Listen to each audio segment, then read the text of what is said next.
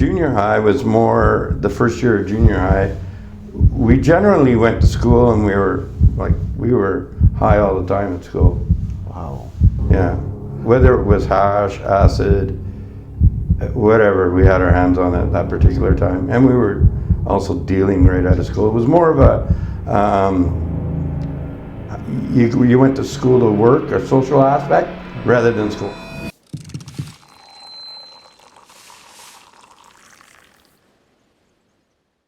Hey everyone, thank you so much for joining us again for another show here, Coffee with Kuda. Today we are joined with Wayne.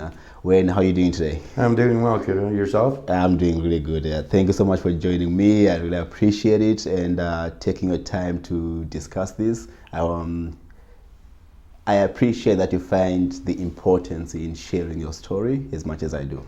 Well, thank you. I'm happy to share it with you. Excellent. Yeah.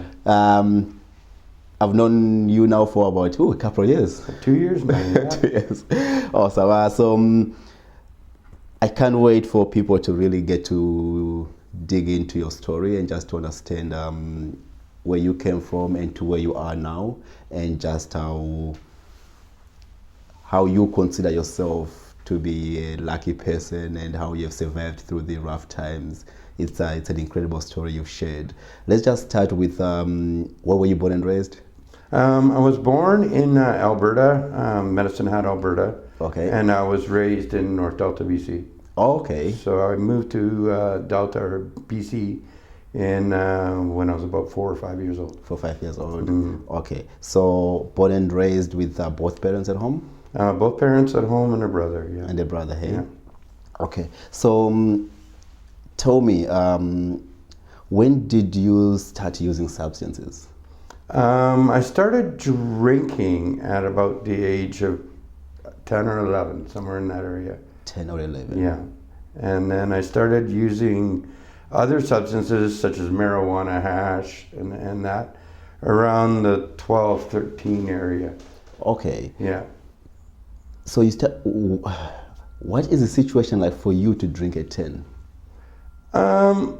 It was like my parents used to hold, my parents' house used to be like the gathering house, I guess you'd want to call it. Mm. So we, as kids, would go around and snatch drinks, and if someone would leave their drink on the table, we'd take the little bit that was left, right, or half the beer that was left. And that's how it really started, right? And then I started hanging out with a neighbor on the block, and that's where the marijuana and the hash and stuff like that started to come in. And because you guys are about 10, 11 right now, yeah, maybe 12, how does that 12-year-old get hands on marijuana? Through my local neighbor was a dealer on the block. Right. Okay, right. Okay. So we were pretty close friends. Okay, fair enough. Yeah. So that's how you ended up putting your hands on this. Do your parents get a hint of you being mischievous? My parents knew I was sort of like what we would call the black sheep of the family. Mm. My brother was more well-behaved than I was, more well-behaved and better in school than I was. They always knew that. But the fact that drinking in our household, it was kind of like a natural thing in our household. Okay. So that wasn't really frowned upon. Like my dad would go to the liquor store for us when we were underage. Right. As for the drugs, right, they didn't have any idea that we were smoking weed or doing this or doing that, right? Okay. Until later on, of course, when we were around in junior high, but yeah. What is their reaction to that when they first realize you're smoking weed? My mom was all right with it. My dad he was quite an alcoholic, so I don't even really think he cared, to be honest with you, right? But yeah. Like my mom knew about it, and my mom used to always joke. She used to call one of my friends my little marijuana friend and stuff like that, right? And yeah. Wow. So you touched on the point that even your dad was an alcoholic. Okay, but he's high functioning. Does he work? He works, yes. Okay. Mm-hmm. Your mom had no problem with substances. she drank, but she didn't have a problem with it. Yeah, my mom was was an alcoholic too, even though she wouldn't admit it, right? But by my standards today, yeah, she was an alcoholic. Yeah, she was a stay-at-home mom. Okay. Right. So, and then finally she went back to work later. But yeah, she was just, and as for substances, she really didn't. Right. We wouldn't be punished for it. Let's put it that way. We wouldn't be sent to our room for it or anything like that. Okay, so at 12, you're now 12, 13, you're now smoking marijuana. How is school for you? School was more or less, in grade 7, which is 12, I got caught drinking in school. Wow.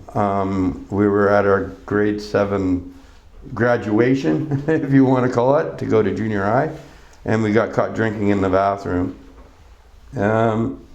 Junior high was more, the first year of junior high, we generally went to school and we were high all the time at school.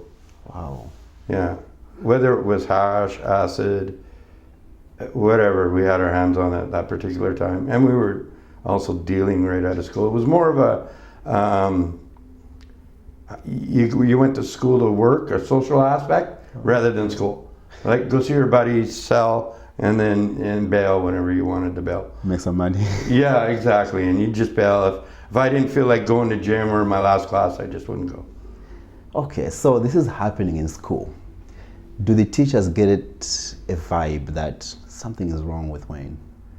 Well, yeah, we did visit the principal's office quite a few times, and guidance counselors and stuff like that, and the parents were dragged into school and everything like that. And it never seemed to change, okay. Right? Like it's not like we were, and we always used to joke about it, right? Because we'd skip a lot of school, and then they'd suspend us for 5 days, right? And we were like, well, you're suspending us for what we're doing.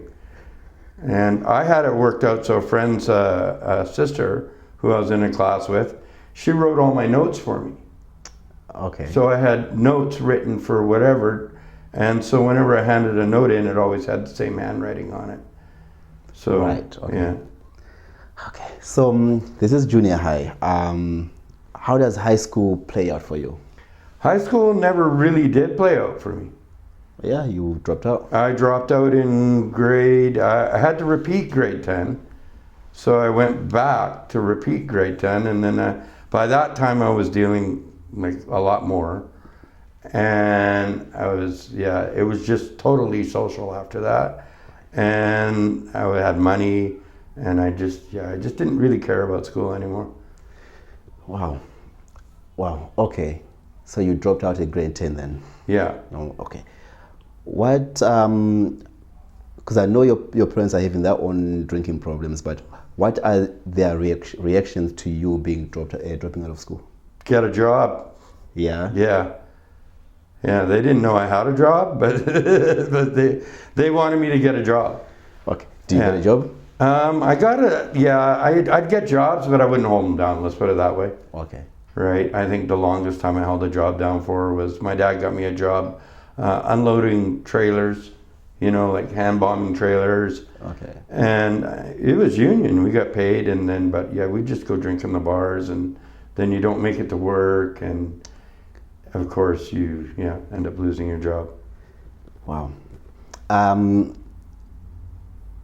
You're now selling, you're now drinking, you're using the substances.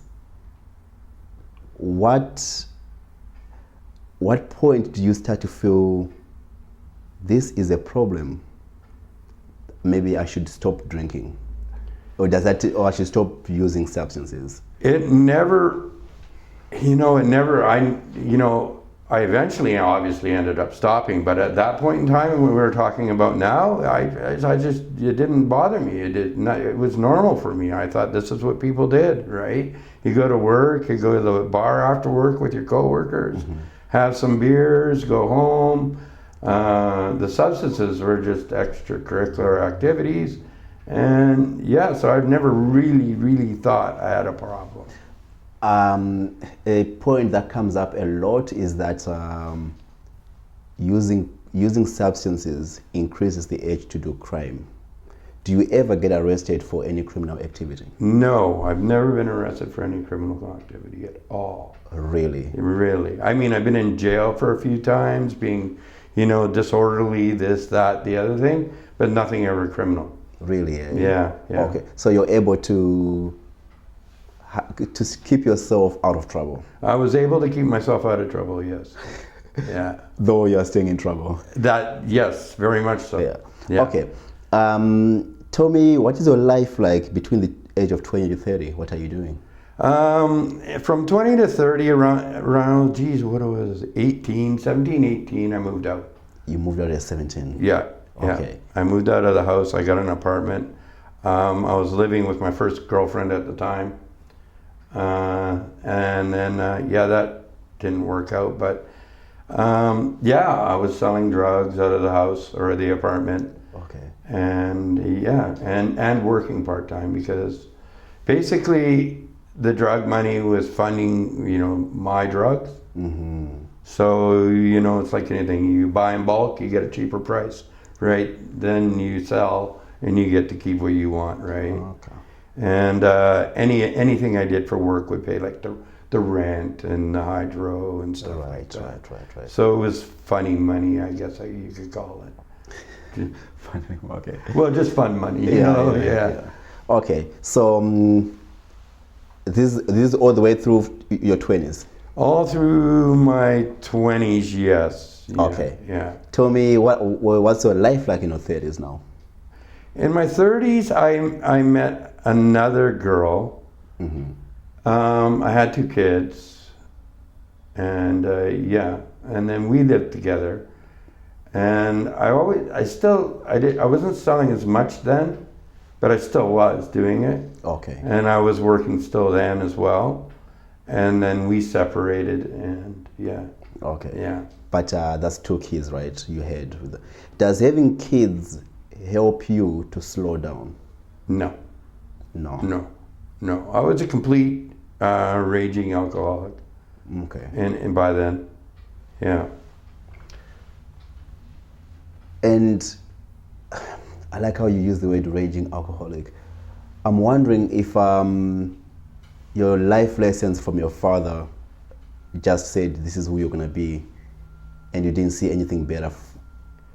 It could be a possibility. We looked at it, or I looked at it as that it runs in the family. But I was a happy drunk until I got really drunk, and then I wasn't a very happy drunk. Right, the two opposite sides. Yeah. Okay. Would it ever have been possible, though raised by a father an alcoholic and a mom who denied being an alcoholic, would it ever have been possible for you to not end up being an alcoholic?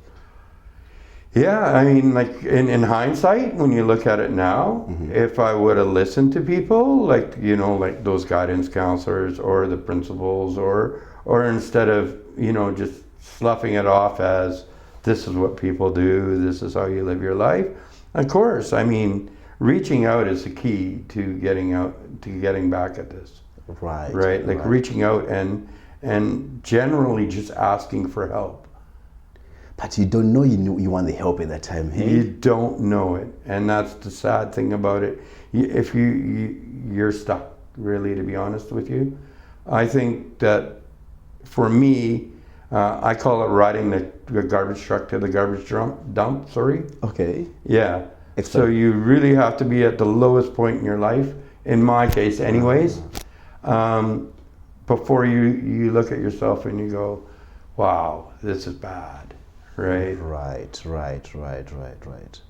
That's actually very insightful, very, very insightful, which means perhaps as a system, we need to find different strategies than just using guidance counselors.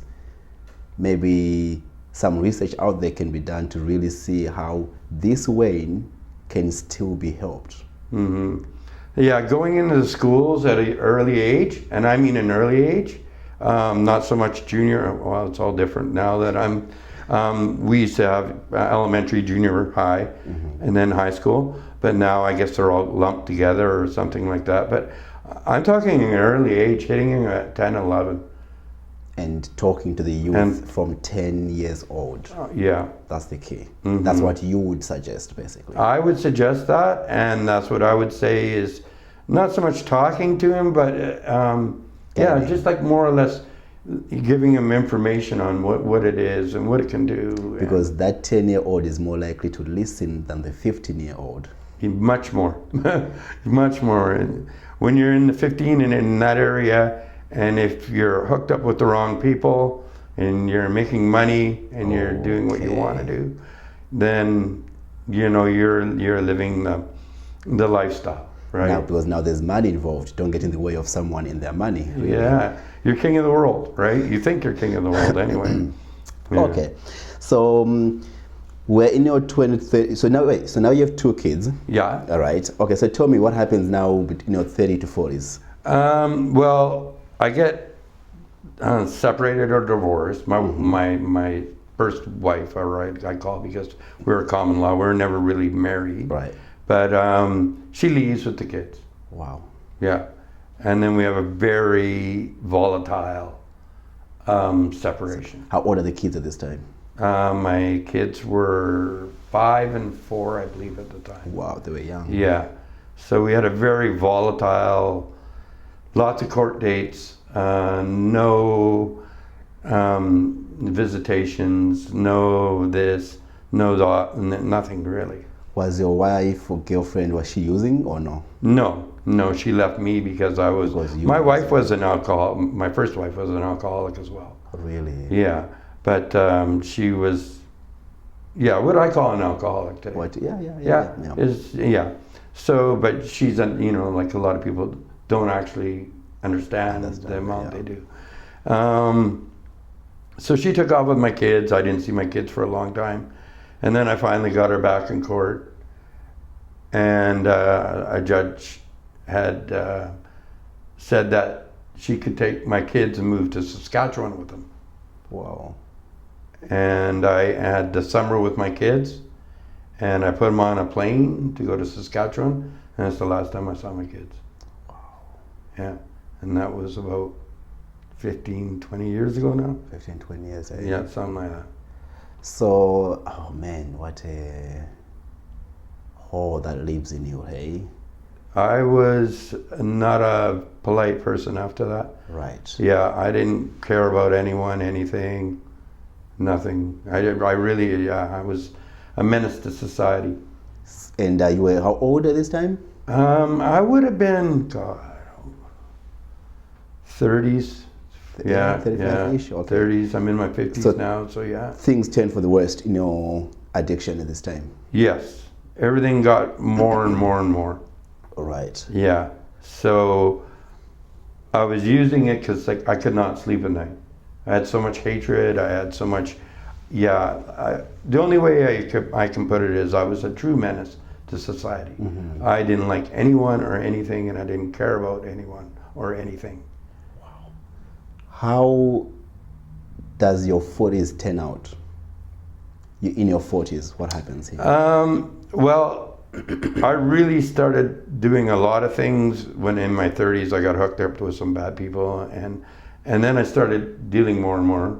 Okay. And then, and then I met another lady, and I started dating her.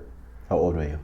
I would have probably been 40-something then. Okay. Yeah, my late 30s or early 40s. Is she using substances or no? She was an alcoholic as well, of course. I met her in a bar. Okay. Yeah. How is this relationship? The relationship was good. Okay. Right. At that point, we both had drinking buddies. It's that she didn't know her drinking buddy was a little more of a drinker than a buddy. So, so it worked out. It was all right. We moved in together. I moved out of the Lower Mainland, and she wouldn't see me if I was continuing on with my ways. Okay. right? She wanted me to end all the dealing and stop hanging out with the people I hung out with. So this was the first person now who's really trying to push you to... Not so much on the alcohol, but to get away from the other aspects of my life. Right. Okay. So you can be drinking, but let's get away from the dangerous side of the world. The dangerous side of what I was doing Yes. and where I was hanging out and where I was going and everything like that. Let's just get out of this place and basically relocate and try and start a new future for ourselves. I can definitely see that. It's a case of we can always work on you, but because of you, the people you're surrounding yourself with, we can't change them. So let's get you out of here. Mm-hmm. Did that work out? No, there's a problem with that. Tell me. It's always a problem because those people that you left behind, there's more people like that when you go somewhere else. So, yeah, it's a relocation doesn't work. We did well. Okay. And I did stay away from it. But my alcoholism was always there. Right. But I was still, she didn't care if I smoked weed or did this or did that. But my alcoholism and my addiction still followed me. Okay. We talk a lot about alcohol, but are you also using drugs? Yeah. I was using cocaine. I was using, this is when I moved away, I tried crack cocaine. Mm-hmm. I wasn't a big fan of it, thank God. Cocaine I was a big fan of. I was drinking all sorts of, I would drink upwards to 30, 40 beer a day. Wow. I had Jack Daniels in my cupboard for my morning shots. Wow. When I got up. Like, literally when I woke up in the morning, my hands would shake so bad you could drop a check in front of me for $1 million and I'd never be able to sign it. Yeah, not even touch it. What age did you start using cocaine? I started using cocaine back when I was in my 20s. Oh, really? Yeah, way back, yeah. And it was always, I don't know, it was always that thing that you need to keep standing up. You know, you can drink so much, but you need to keep upright, right? So the cocaine would come in, right? And then we were using, I was using all sorts of stuff to make it to work, and the Proxins, I was taking them by the handful. Oxycodone, it's just, whatever we could get our hands on. Mm-hmm. Yeah, we used to call it chippins. So when it comes to substances, you're using stimulants to help you manage yourself because of the alcohol was so deep. Yeah. How far does that take you into, because now you're battling two addictions. Which one do you say to yourself, I've got to stop this one because I can't do this anymore? Well, the worst of my addiction was the alcoholism. Okay. I could not live without alcohol. Literally not live without alcohol. There wasn't a day I was straight. If I didn't, like I said, if I didn't have alcohol first thing in the morning, I'm talking about before I went to work. Wow. Right? I'd wake up, go downstairs, I would be sick, and I'd head for the fridge. And then it'd be a beer or a shot of JD or something like that. And then it would take 4 or 5 of those for me just to get the edge off. That's just to get the edge off. Wow. Not even to get drunk. But not even, that's just so I could function again, right? And so by the time I walked out of a door by 8 o'clock in the morning, say, I probably had 7, 8 beer in me. Wow. In your 40s, you're still using cocaine and alcohol. Okay. When do you first have the thought of, I want to get clean? I think we spoke in the past, and there was a high school friend who gets involved. Yeah. Right. At what stage is this in your life? That would have been about 6 years ago, so probably would have been up until my late 40s. Late 40s. Yeah. You still have not sought out recovery. You still haven't thought about it. No. I was a lifer, that's for sure, in my addiction. It was my late 40s. I got my wife at the time, and I were living back here on the coast again. And she used to cry at night and cry herself to sleep. And I'd say, what's wrong with you, right? You know, why are you crying? Everything's fine. And she'd go, I'm tired of watching you die.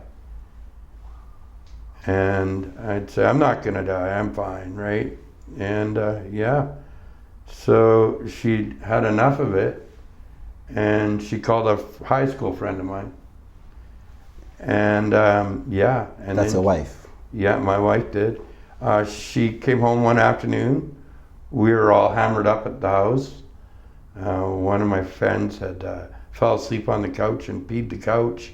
I was sitting out on the back porch drinking, and that was it, the last straw for her. She walked out the door, left. I went after her. I grabbed on the fairing of the back of the car. I grabbed onto that, and she sped off and dragged me down the street. And she left. And she left? She left. Wow. You are 48 at this time? 48, 49. Okay. When does your friend come to help, the high school friend? So, that weekend I went to this huge party, and she knew I was going to it, so she left. She came back, she took all her stuff. She took the dog even, right? And I came home after the party the next day, and all the stuff was gone and everything like that. And then they came over, a whole bunch of people came over and had an intervention. They wanted me out of that house. A lot of people, like friends, her family, her friends, everything like that. And I refused to leave. Wow, you refused to leave? Yeah, I refused to leave because it was my house, and I just paid the rent. And they, because of my past and my violence and stuff, right, phoned the police, and the police came and arrested me at gunpoint at my home. Right, because you're now refusing, and they know that you can be a dangerous person. So they call the police, and they hold you at a gunpoint. They come to the house, they cuff me at my front door.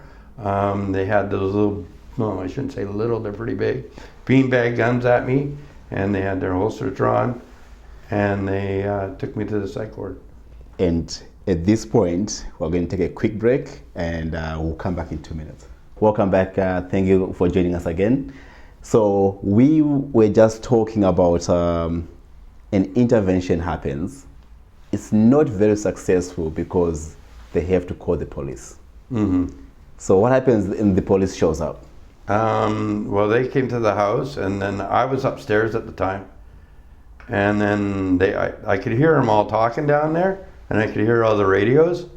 And then, so they were all waiting, and I came down, and then, they had a gun drawn, bean bags drawn, the bean bag guns. And then, they cuffed me right there at my door and took me to a parking lot and surrounded me.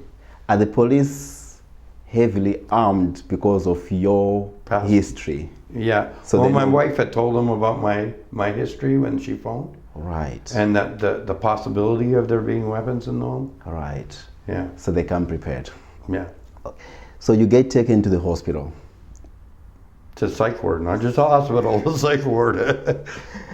How long do you spend in the psych ward? I was in there the first time for, I think 3 days, 2 days, 3 days, okay. Something like that. So it was just basically to make sure you're sober and you have no other problems. Well, yeah, they sent someone in to see me, and they just wanted to make sure I was okay, and so I told the guy, I just, whatever he wanted to hear, really, to be honest with you. Really? My main goal was to get out of there as soon as I could. Like, I was even looking for ways to break out of there. But my main goal was to get out of there because I was not happy about what had just taken place. Mm. Yeah. You go back home. Is your wife still there? No, she's gone. Right. She's in hiding right now.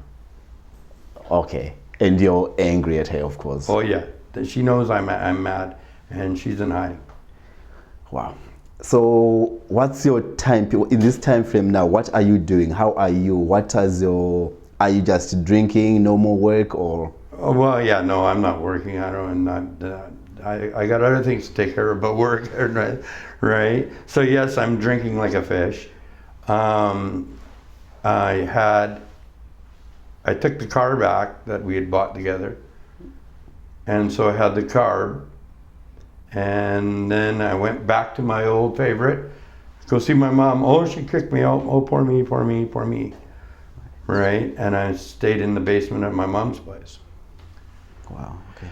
And then, so yeah, and then I was just out just doing whatever I wanted to do. I was hanging around the North Surrey area. Right. Like King George area specifically, with all the different bars there, the classy places, and 135A, down below by the bridge, yeah, all over the place. You were on 135A? Yeah.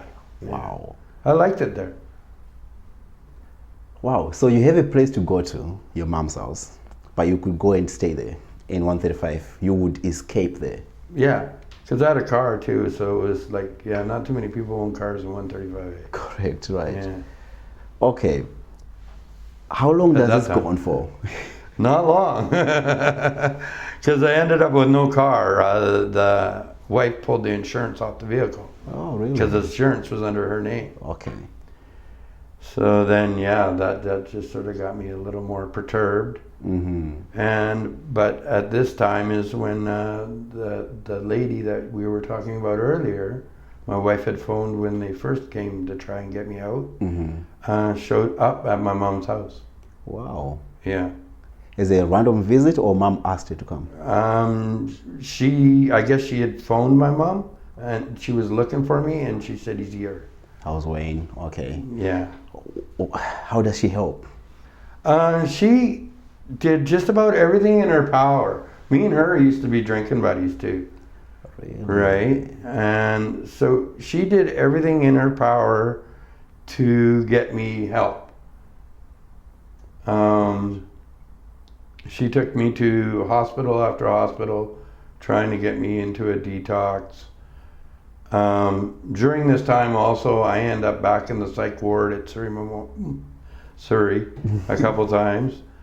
And yeah, so I went back to find my wife in psych ward actually. Really? Yeah, I faked suicide to get in because I met this girl in there and I thought she and I would be a good couple. That's how crazy I was back. I was just definitely not normal, not a normal thing to do. So you were in a psych hospital. You saw a girl that you liked. Yeah, we were talking while I was in there. Yeah, but then you get released. You Yeah. get discharged from the hospital. Yeah, But then you realize, I really like that girl. yeah.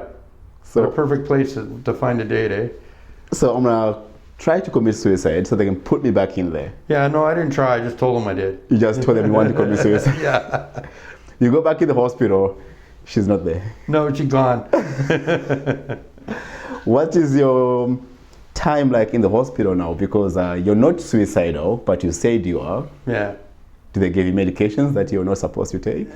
I couldn't tell you what they gave me when I was in there. I wasn't really paying attention to anything, really, because I'm hammered. But I did say to him that I want to go to detox, right? Okay. So then the nurse in there says, "Oh, you want to go to detox, eh?" So she took me out and she rolled me into a sobering unit across the street. Right. Yeah. Okay. So now you're now getting help slowly but surely.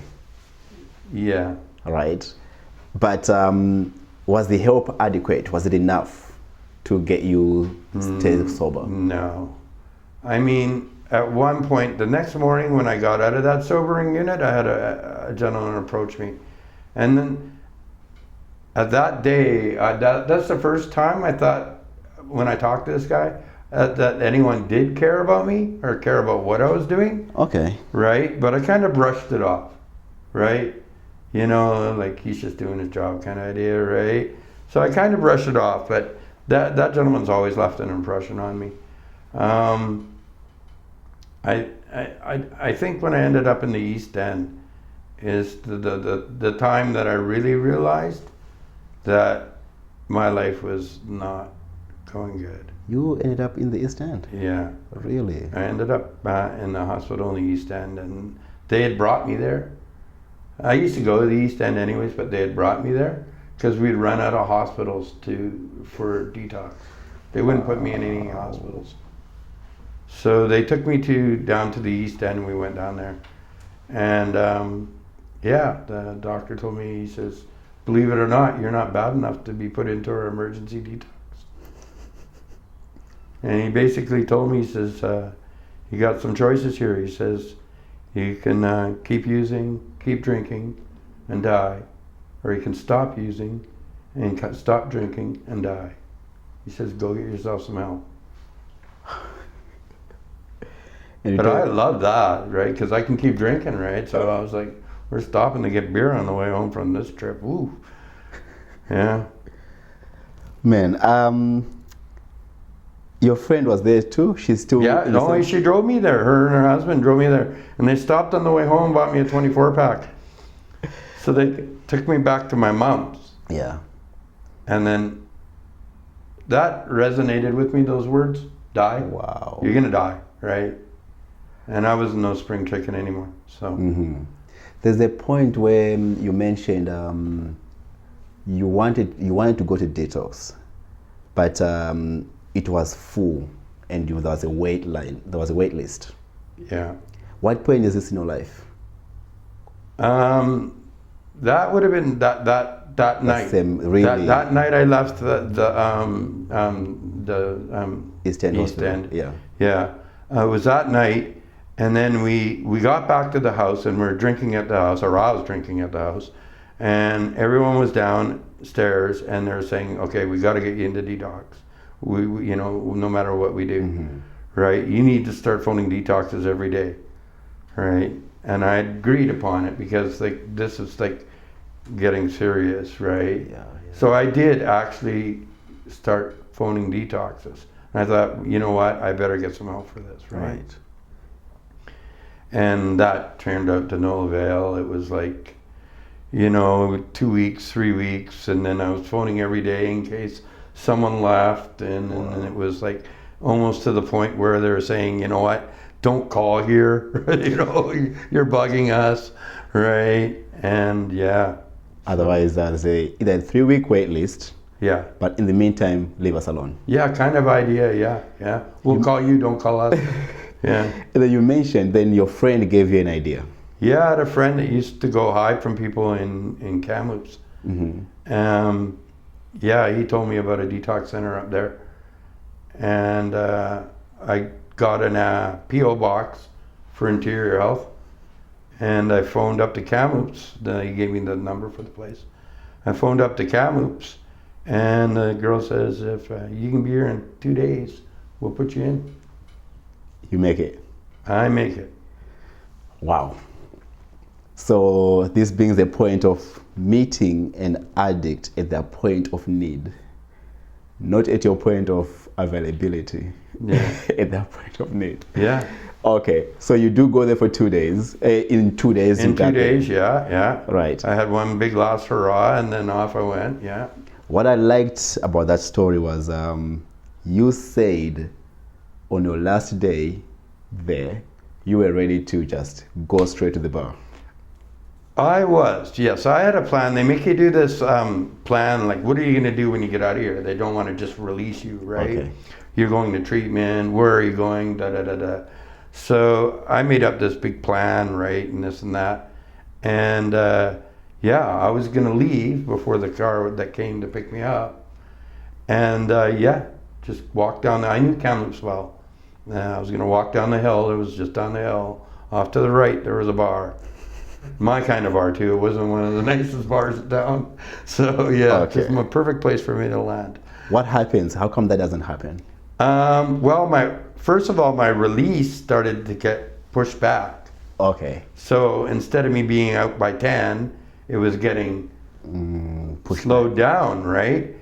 And then that gave the car more time to get there. And then by the time they were releasing me, they were already there. And I had no choice. I walked out of the door and they were standing there. Right. Yeah. And who's standing there? The girl that took from the East End Okay. and her mom.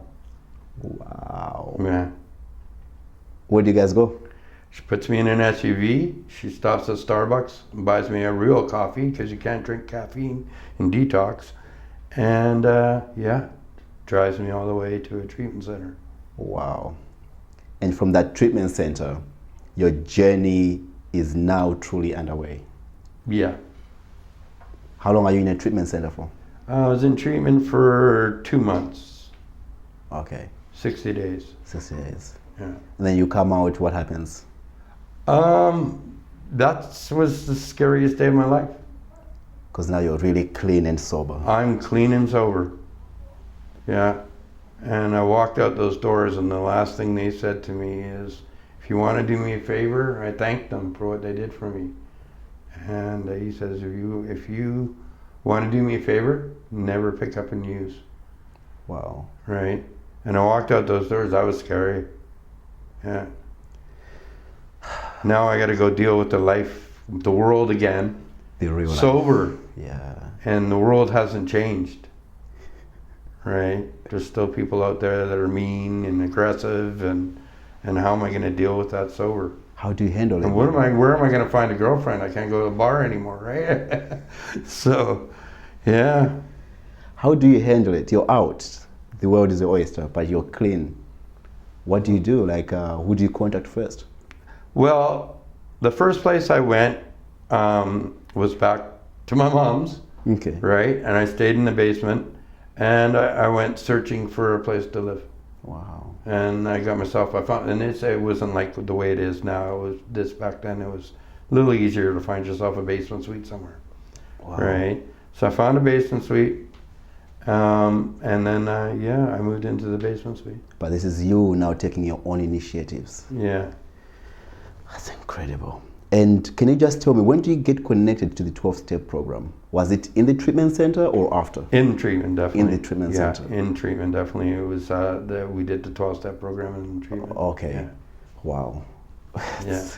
Yeah. That's incredible. And today you're working.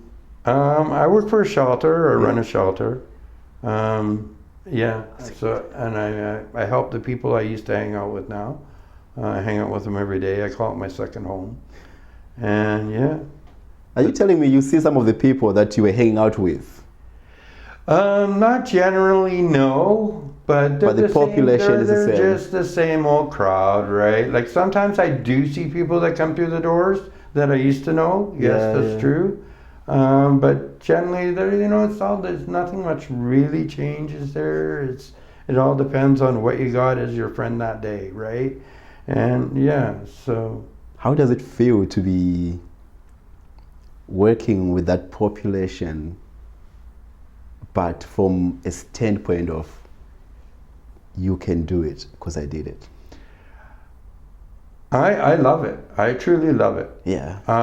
It's for me, it's a firm reminder every day where I never want to end up again when I walk through those doors.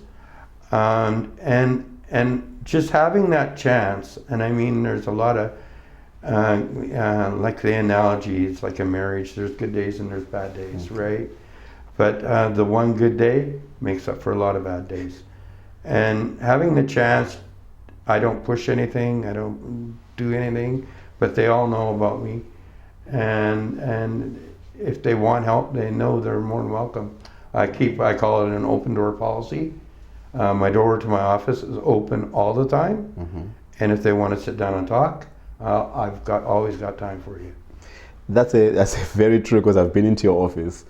I've seen you under some of the most stressful moments, and the way you just stay calm and composed. I'm just amazed at how you handle it. But it's been great. I mean, it's amazing the journey itself, where it starts from to where you are right now. And I do like you giving us an insight on, you still say your mother was an addict, she denies it, And I think that's a reality in people's lives, that so many of them, or so many of us, would deny that we are addicted to something just because we can say, because I'm functioning. But truth is, there's a problem that you don't want to admit to. That's an incredible point. Anything else you want to share with us before we leave? I think the best thing about this whole thing is that, you know, my life today is 10,000 times better. 10,000 times. I came out of debt. I came out of treatment over, $40,000 in debt. Wow. I'm now at the point where I'm going to buy my own home. 5 years later, I've cleared up almost all my debt. And through actions, not words, that lady that phoned the police on me, and my wife at the time that phoned the police on me, we now live together, and I live in the home I was arrested at. So it's it's sure, it's a different life, that's for sure. So she came back? She took a while. Took 3 years for my mom to give me a house key to her place again. Wow. They didn't believe it would happen, but it took a while. And like I say, action speaks louder than words.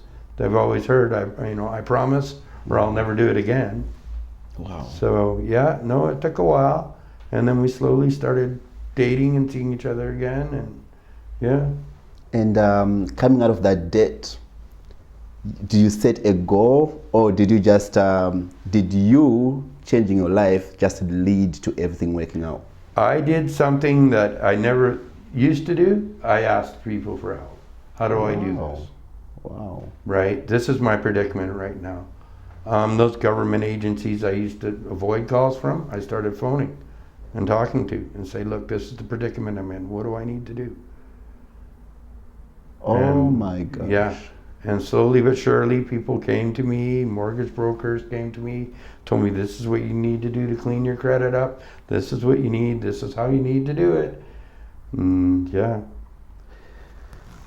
Well, it's been incredible talking to you. It's been amazing, eye-opening. I really, really love your story. I really appreciate this. It is my hope that with the youth that we work with, we can share a story like this and go to that point where you said, go earlier to the child at 10 years old before it gets too late, right? And just use our positions to mentor them and advise them while you can still guide their path.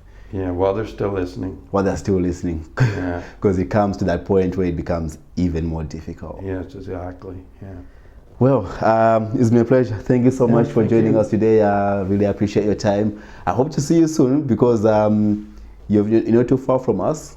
Yeah. If we do invite you to come back, we'd love to hear more from you. Sure. Awesome. Well, keep up the good work that you're doing, Wayne. Thank you so much, okay? We appreciate it. Same. Bye-bye. Bye-bye.